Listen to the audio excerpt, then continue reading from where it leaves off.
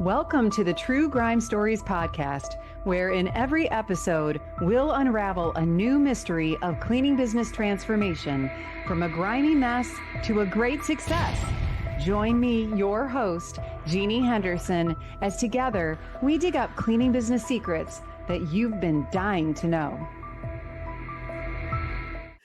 Hello, everyone out there in the cleaning industry, and I'm so glad you're here for this episode of True Grime Stories. I'm your host, Jeannie Henderson, and our guest today is a multi-business entrepreneur, and I'm so excited to introduce Sabrina Jones to you. She is the owner of Maids of Möhver in Spokane Valley, Washington. And Maids of Möhver is actually part of a larger business called Möhver. It's a moving company. And isn't that a clever play on words? And also she has a wine storage business, which I think is pretty cool, called Put a Cork in It. And that all kind of works together. So I love the ingenuity there. And she started her business back in 2010. But she has a background in marketing and digital media.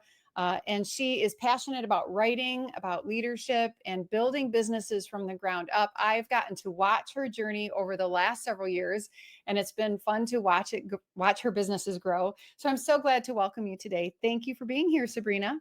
Thanks, Jeannie. I'm so excited to be on your podcast. Yeah, this is going to be a great one. Yeah. I know you've got lots of great stories to share. So tell me, how did you get the idea to start your moving and then cleaning business? I love that the name Move Her. And, I think that's one of those industries that everybody needs it. There's always a shortage of moving companies. Right. Yeah. Or nobody wants to do it. Nobody wants to Right. move. Yeah. I actually had no industry experience in either moving or cleaning, but I had actually recently gone through a divorce. And so I was a single mom, and I was working at a university here in Spokane called Gonzaga University. If you're a basketball fan, you probably have heard of Gonzaga. Go Zags. Oh, Gonzaga. Go Zags. Yeah. And so while I was there, I enrolled in the MBA program because you could go to school there for free. So why not get another degree, right? And then when I went through my divorce, I couldn't go back to my house to get my things. So I had to rent a truck, and I got a couple of college students to go down and get my stuff. And so that was sort of the impetus of me going, I wonder what I could do that would help. And if my initial reaction was, what could I do to help women? Mm-hmm. Because it was like, women tend to be the ones that are, organizing things for their own family or for their parents. And so that's kind of how it started. And then I actually grew up on a farm, 1,000-acre, like wheat and barley farm with cattle and pigs and chickens. And my poor dad got 4 girls. And so you were living with a bunch of women. Yeah, but I was the closest he got to a boy because I was always hanging out with my dad. I was always out, hauling hay or driving the wheat truck. And so thinking about moving, I was like, well, that sounds kind of fun. I'll be out on a truck, and, and my writing background and marketing background, I just thought, what, I think I could do this better. And so that's just sort of how it started. I would move on the weekends. I kept my job for the first 2.5 years. And then to even be a little more different, we offered the move out cleaning services as well as part of the moving company at that point in time. I think that's genius, really. Yeah. So genius. Yeah. Wow. And so how, what size is your business today, and what portion of it is moving and storage, and then what portion is the cleaning? Yeah. So 15 years later, they each have their own, tax ID number. I finally separated them. It took me way longer than it should have, but the moving company is definitely the larger as far as revenue goes of the two, just because if you think about it, a move can cost on average around $1,500, where maybe an average clean is, I don't know, $180 or $210. So from that perspective, of course, you're going to generate more revenue from the moving company. But the cleaning company is very profitable. And I would say in a way much more manageable, because the hours are way crazier than a cleaning company, because you might book a job for an 8-hour move and it ends up taking 11 or 12. and you don't stop moving people just because it goes over time. So Yeah, it's hard to estimate, I'm sure, how long it's going to take. I know we just went through this with my son moving, and they asked us a lot of questions about his possessions and how many boxes, and but yeah, then once he wasn't really fully packed when he scheduled his move, and he ended up having like double the boxes that he thought he had, and I mean yeah. it's hard. People can't really estimate what they have in their house. No, but just it's amazing how far the technology has come, and so now we can either do like I'll just call it a FaceTime video to simplify it, but we can do a live video with prospects, whether that's cleaning or moving, to have them take us through their home. But especially if we're going to do packing, they can open up their cupboards and their closets, and we can see, and we know, right, because we're doing this every day, like we know how many 6.0s or how many wardrobes or how many mirror, like we know all those things. But if you just like what you said, I don't, the average person has no idea how many boxes they're going to have if they're going to do their own packing. That's really smart, Yeah, and yeah, with the technology that we have today, it's crazy not to use it. Every once in a while I hear there's an excuse. Well, certain people, they're not tech savvy and they can't figure out how to use their phone that way or whatever. But really, that's probably such a small percentage of people who can't yeah, manage a yeah, camera on their phone. yeah, yeah. It really is. Yeah. Yeah. A Yeah. lot. Well, I Yeah. love I tell everybody, I go, you're just a movie star, just waiting to be discovered. that's a good way. I'm going to use that. Yeah. That's a good one. I like that a lot. And it's awesome because we can hear them, and it's fun to hear they'll introduce their cats and their dogs to us on their video. And yeah, it can be a lot of fun. So Yeah. No, yeah, that's great. And I think that should be an encouragement to everyone listening today. Like, take advantage of this technology more right. Yeah.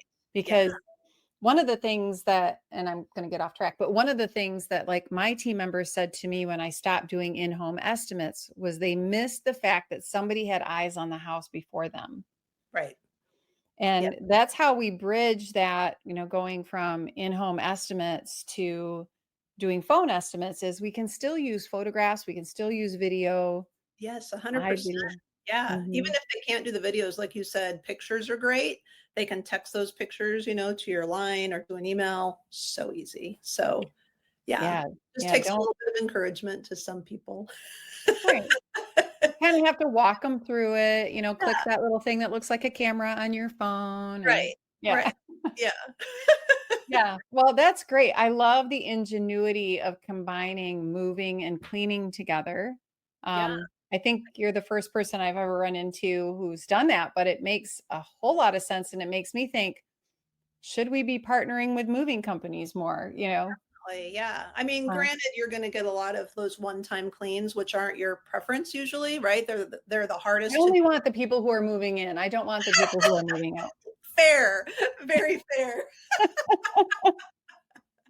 Yeah, but no, you're right. Great relationship for sure. Yeah. Yeah. It's a Um, great referral partner to have, I'm sure.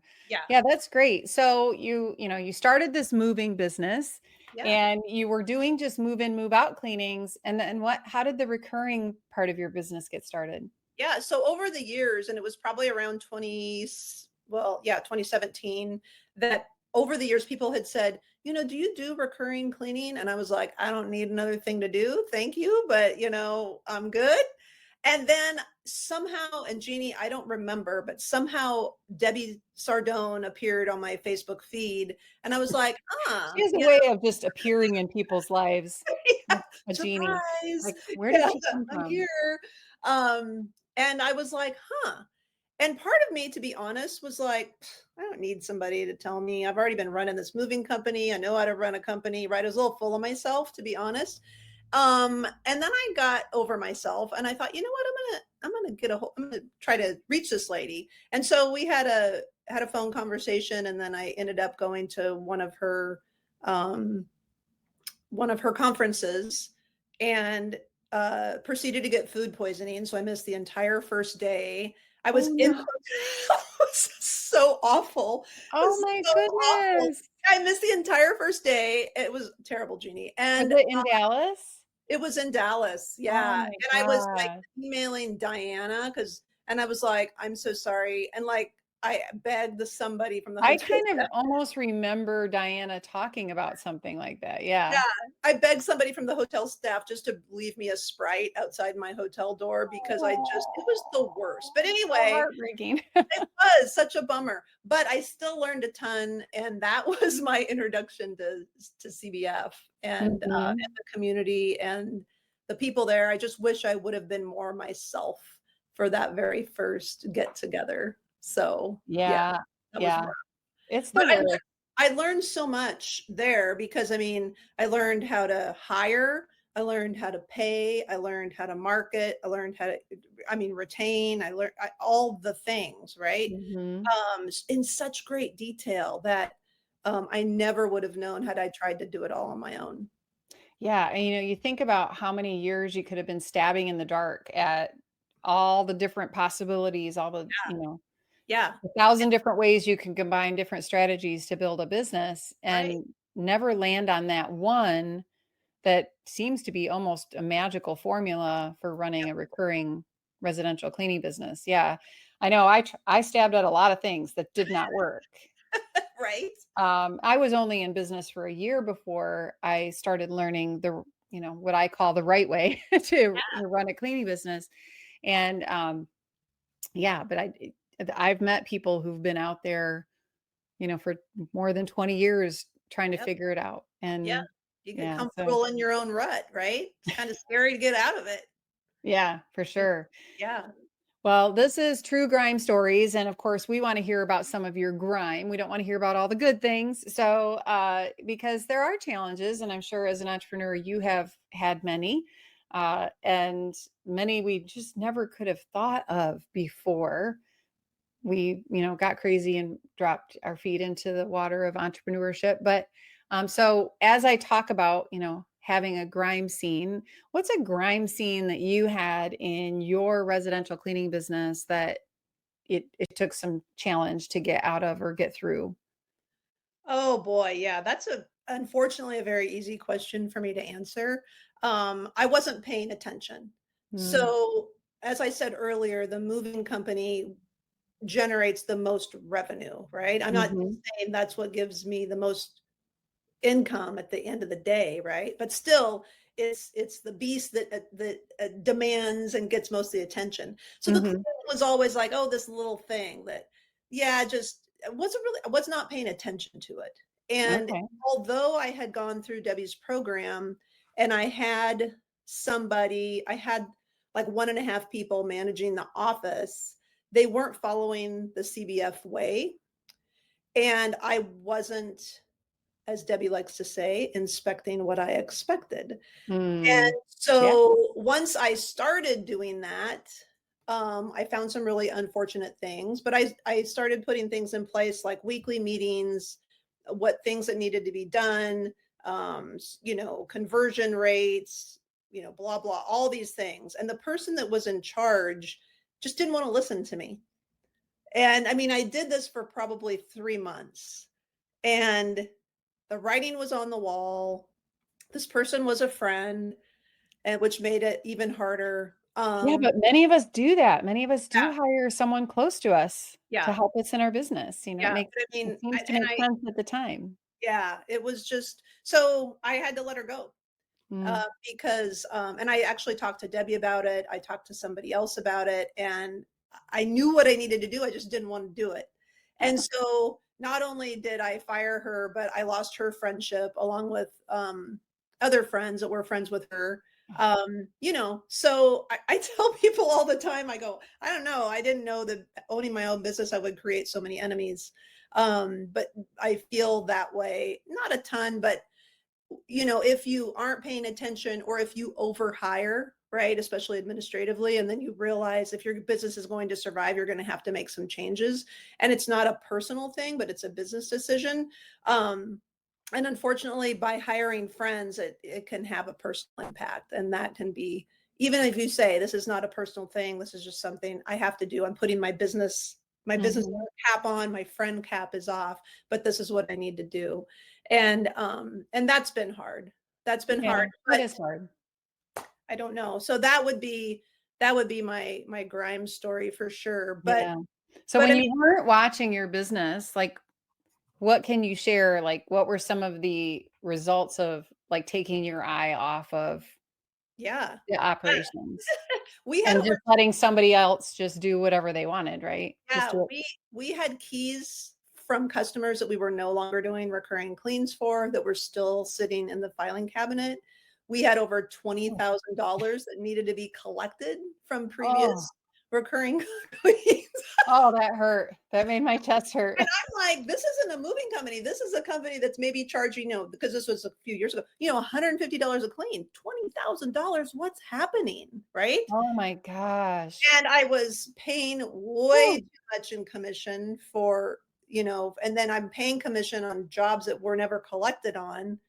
So it was a disaster. And I am feeling your pain right now. Like, oh my gosh, yeah. yeah, yeah. So those were the things. And Mhm. yeah, Those those were the, are some big things, those were the you big know, things. but from my perspective though, I can see how it happens, Yeah. Yeah. especially when we have multiple, businesses going, Right. um, and it's Yeah. really easy to get pulled into the one that's screaming the loudest, Right. that Yeah. has the biggest pieces of equipment, you Exactly, know? yeah, and at that time, I was still going out and doing on-site estimates for my moving company, and, but, I can't give excuses. I just wasn't paying attention and was hoping, that things were working okay, and so, I blame myself for that, and Mhm. yeah, so lesson learned for sure. Yeah, so you had to do some hard things Yeah. and make some really big decisions. Well, I this is something that many of us face. So I'm so glad that you're sharing it, although I'm sorry that you had to go through it, but I think many of us can learn from it. I think this is a great place for us to just take a quick break because, CBF was the thing that kind of helped you know what you needed to do. So let's share with everyone a little bit about CBF with this quick announcement, and then we'll be right back with Sabrina to learn more about how she got through her grime story. Is your cleaning business a grime story? There's no need to stay stuck in the muck because you're not alone. With over 500 active members and more than 500 graduates of our Cleaning Business Fundamentals program, CBF is the #1 cleaning business academy in the world and has created more mop free millionaires than any program in the industry. Learn more and let CBF take your residential cleaning business from a grime story to a gleaming success. Welcome back, everyone, to this episode of True Grime Stories with Sabrina Jones, the owner of Maids of Möhver in Spokane Valley, Washington. So, Sabrina, you were sharing your grime story about kind of taking your eye off of your business and trusting it into the hands of people you trusted, and it didn't go well, so you had to make some big changes. If you could go back in time and rewind, what happened, um, how would you have handled that differently? Boy, I mean, I just would have paid attention, right? I Mhm. just would have, put things in place earlier because I think because I hadn't paid attention for that long, it it almost seemed, I guess from the employee's perspective, it almost seemed rude of me to come in and all of a sudden start wanting to make changes, because it hadn't been a problem for, a year, 2 years before. Mhm. And, and at that time, Jeannie, all of the income and the expenses were all under the moving company. So it was really hard to figure out, well, what is our revenue? What are our expenses? And that's why, eventually I said, you know what? I need to take it out. I need to take it out, Mhm. run my P&L, the CBF way.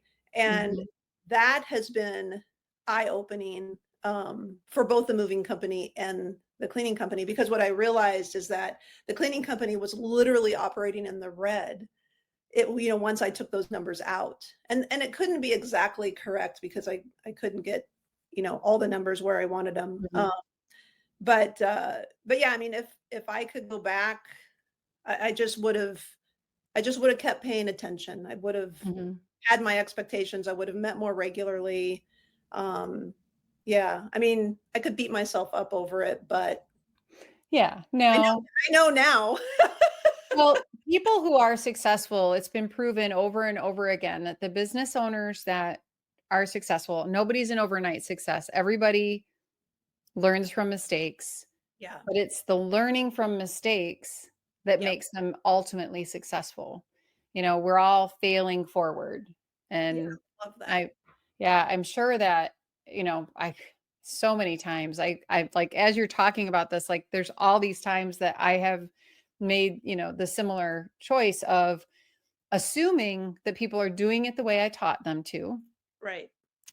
assuming that they would tell me if something's wrong Yeah. or if they don't know what to do, and then I find this myself, even like sometimes I'm uncomfortable going into my business and asking questions because they're Right. like, why are you asking me this question? If you're going to trust me to do this, why are you questioning me?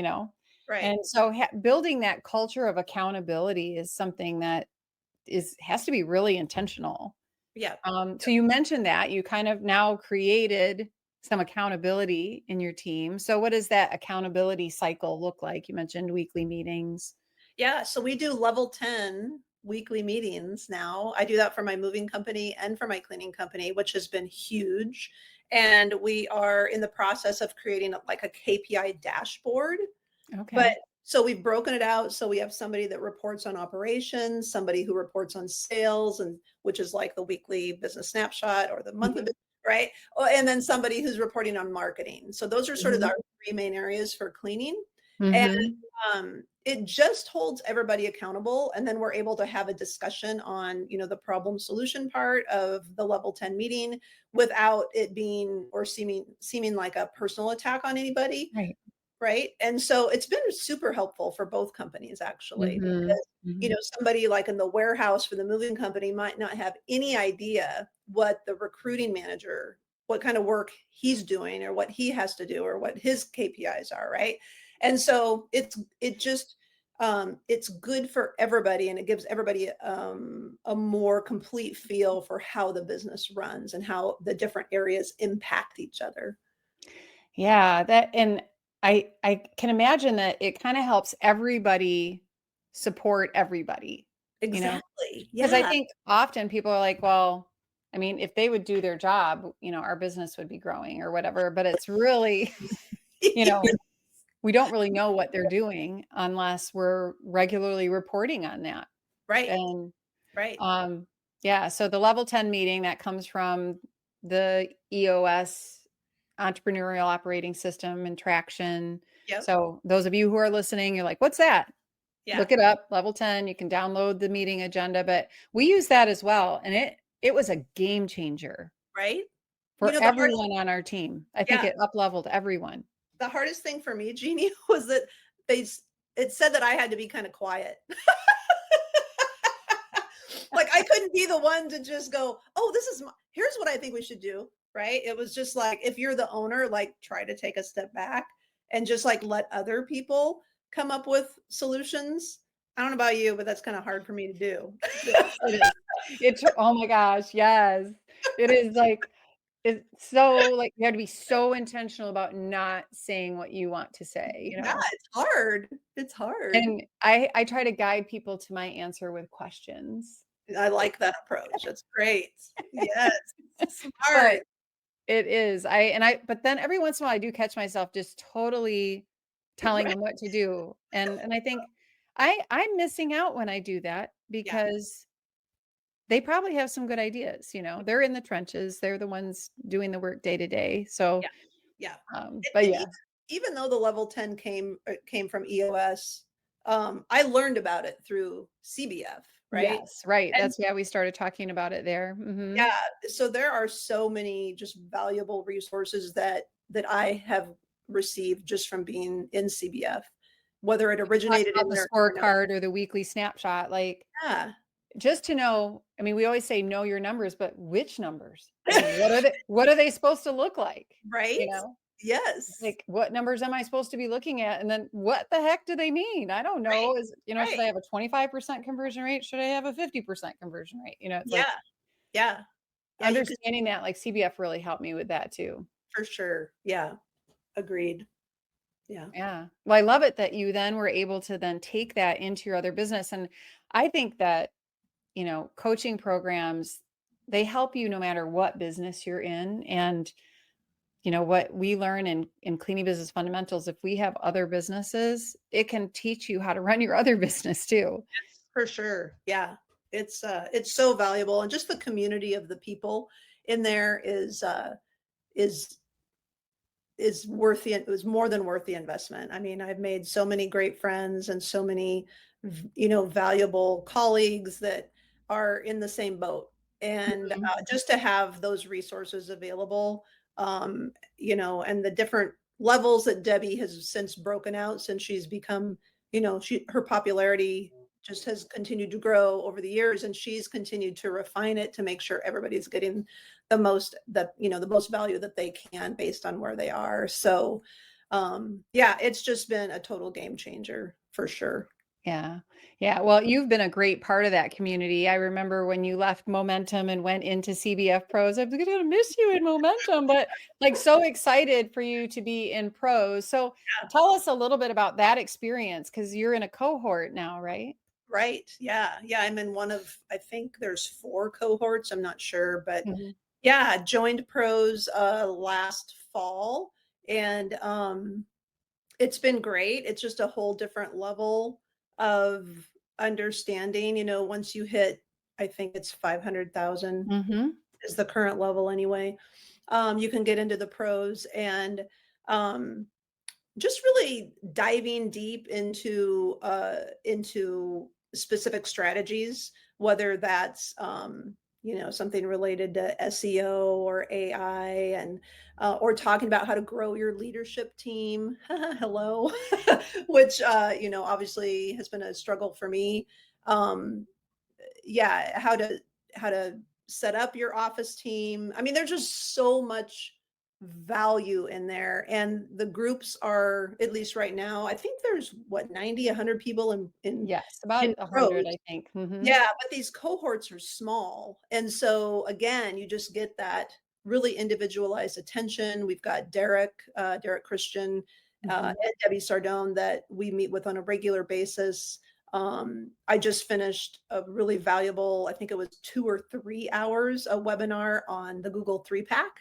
Oh, yeah. I was in that too. That was so Yeah, good. so good. With Derek and Debbie. Yeah, Yeah, so good. yeah, so I mean, uh, I just can't say enough about it, the just support for every part of your journey, right? Mhm. And you're not just lumped into one group. It's like, and so that makes a difference. You lead Momentum, and that they've got their own situation. And it's not like you're not going to have those problems when you go to a different level, but you've learned those things, right? Right. Yeah, Yeah, and it as your business gets bigger, the challenges are there, but they present in a slightly different way or greatly different way.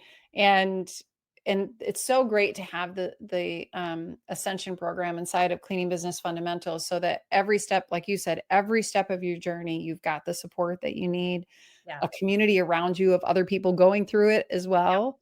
yep. And I know a lot of cleaning business owners listen to this and they're out there going to this by themselves. And I remember the day of walking into one of those events and like all these people are doing exactly what I'm doing. Right. Yeah. It was like coming home. It was, like, "Ah, I found my people," and, yeah, and you've been a great part of the community, and so I was couldn't wait to get you on here on True Grime Stories, and, oh my gosh, I'm so glad that you talked about this particular topic of Yeah. inspecting what you expect, the accountability piece, Yeah. for everyone on the team, Yeah. and it's so important. Yeah. Yeah. And once you know what key numbers or KPIs that you're looking at, it makes it easier to inspect those things, Yeah. Yeah, right? hard to inspect something if you're not quite sure what it's supposed to look like. So, yeah, Exactly. that really, really helps, Yeah. but yeah. And most of us in the cleaning industry have never supervised people, let alone supervised cleaning professionals or an administrative team. We've never hired a leadership team. So we're all starting from scratch. Right. Yeah. Yeah. Yeah. A Yeah. lot of us So, have come from different backgrounds. I know you have a background in restaurants, hmm hospitality. Uh, hmm my background, I was an elementary school teacher. I was a basketball official. I was a stay-at-home mom, so I knew how to boss people around. yeah. Especially being a basketball official, you definitely did some bossing around. Well, yeah, and And I'm of used course, being a to mom. half the room not agreeing with me at one time or another. Yeah. So, yeah, I mean, all of our prior experiences help us, I think, when we take that leap into entrepreneurship, for sure. And Mhm. we shouldn't discount those, whether we did stay at home with our kids or we were in some other Mhm. profession. They all help. They all help us. Yeah, they Yeah. help, but we definitely need some like industry specific assistance. Oh, So that's for that's sure. why we created True Grime Stories, because Yes. people can just go down the list of episodes and go, "Oh, that's the problem I'm having right now. I think we're gonna listen to that." Yeah, so well, thank you so much, Sabrina. So before we go today, Yeah. I know, you're passionate about CBF, but what's one mantra or a quote that you like it's always inspired you, or a piece of advice that you've received that has kind of carried you forward that you can share with our audience? Oh boy. Um, Do you have a favorite phrase or something that you say to yourself a lot? yeah, I say we'll figure it out. I'll figure it out. I'll figure it out. Like failure isn't an option, honestly. Yeah. Like I'm in the middle of an audit right now with the employment security, and just a random audit. Mhm. And it's just one more thing, right? But every little thing that comes up, every challenge or whatever, that's it. It's an opportunity. It's a challenge. It's something to learn. You're going to be better from it, whether it's something that you're looking forward to or dreading, or it's like that customer that calls who wasn't happy with their clean, or you broke whatever it is, the negative thing. It's like just deal with it. Like just just deal with it, get through it. You're gonna be better for it. So yeah, or if you don't know how to do something, you can figure it out. And that's the great thing with CBF. CBF is a great community. Go in, ask a question, get a lot of answers, do what makes sense to you, right? Have that community Yeah. support. I So still do that all the time.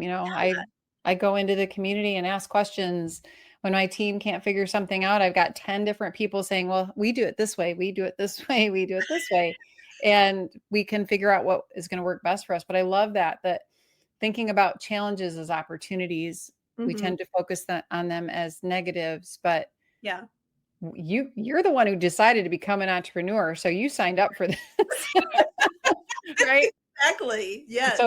let's look at it positively, and that it's an opportunity to Yeah, grow. Well, that for was sure. awesome. Well, great way to end today, and we thank you Yeah. so much, Sabrina. Thanks for being here. Thanks for the opportunity. This was a Yeah. lot of fun. Yeah, it has been fun. Yeah. And to everyone out there in our True Grime Stories audience, we are so grateful for you. It's because of you that True Grime Stories keeps going. So be sure to download, subscribe, and share this episode with your friends. And be sure to join us on our next exciting episode. And do me a favor, give us a review. And if you heard something today that you'd like to know more about, I'd love to talk with you. There's a link right in the show notes if you want to sign up for a free call. I'd love to learn about your business and talk with you about how CBF could possibly help you grow your business to get through some of your grime stories. So we'll see you next time, everyone. Thanks for being here. Bye. Bye. Thanks, Jeannie. Thanks. That's a wrap on today's True Grime Stories. Thanks for joining us in uncovering the secrets of cleaning business success.